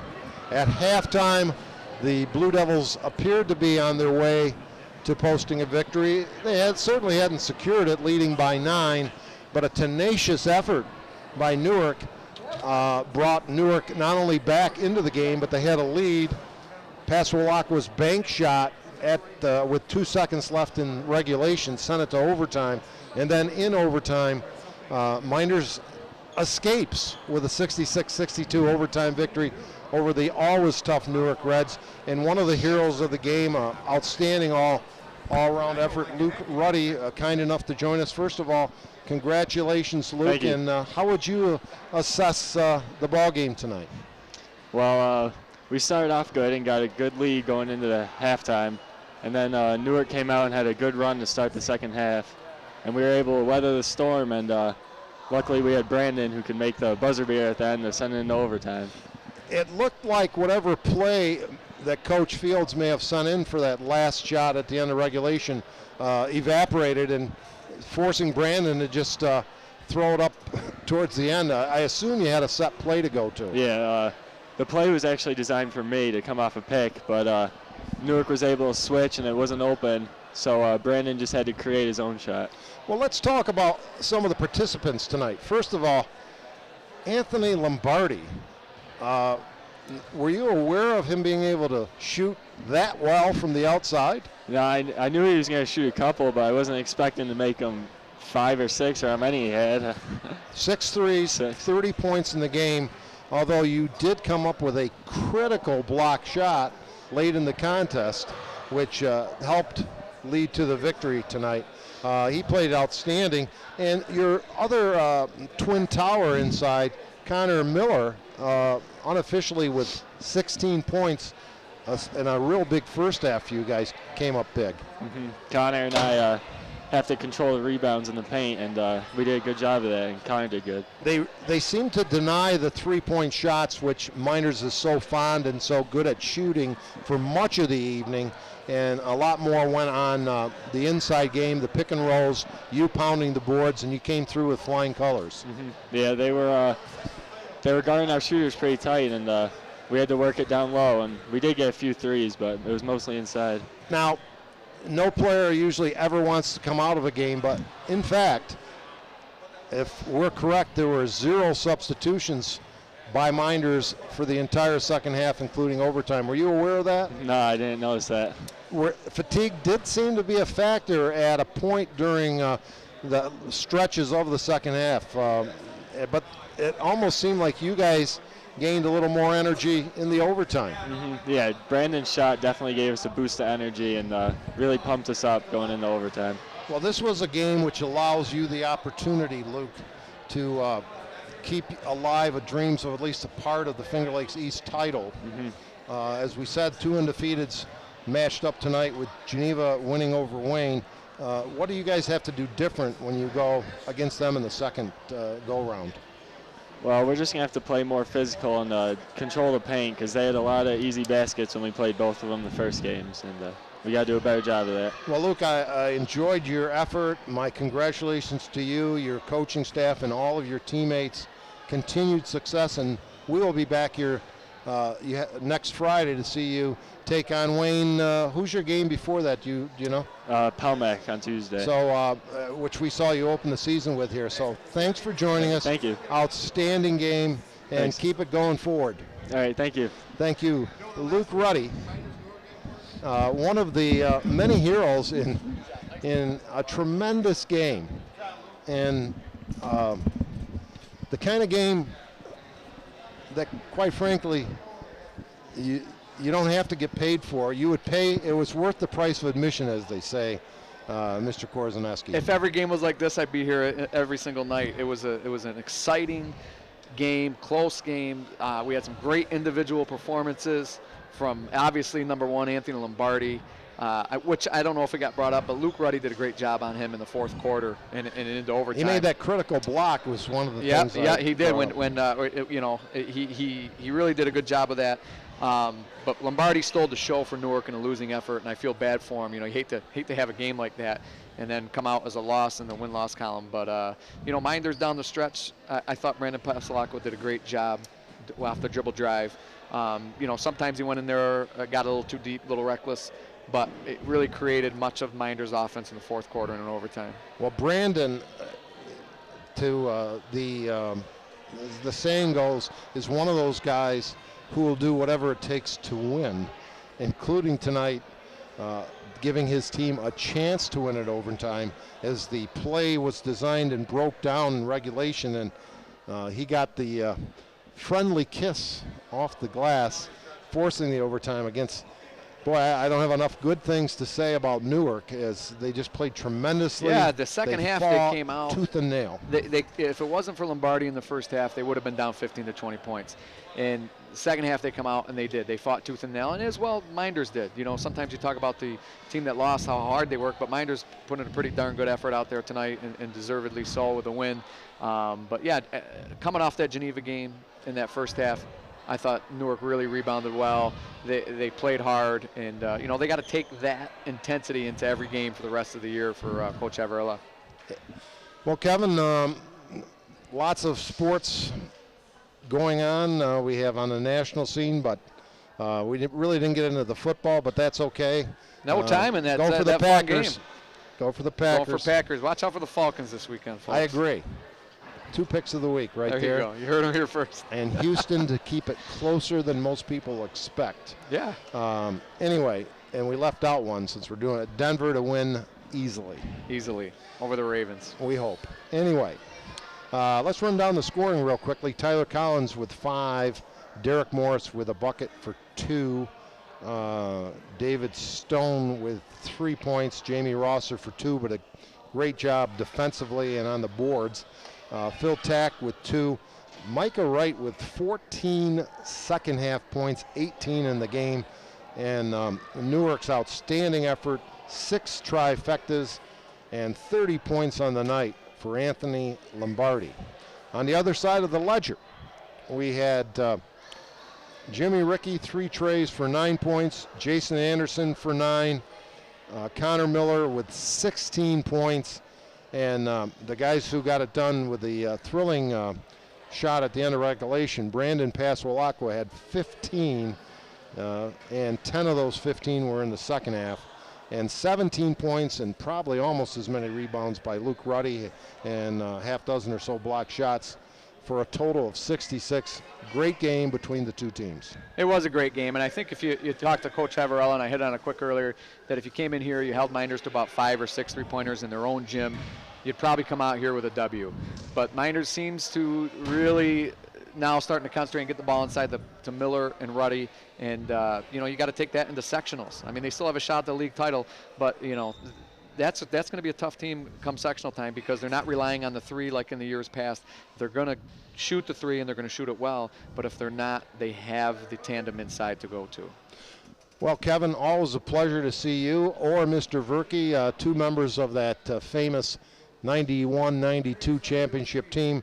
But tonight, on the court, 2 champions battling it, and Mynderse prevailing 66-62 over Newark in overtime. Want to thank Finger Lakes One owner, producer, director Jim Sinacropi, our ace cameraman Jeremy Hunt, and again Kevin. This is Dave Barnick saying good night, everybody, and may the force be with you.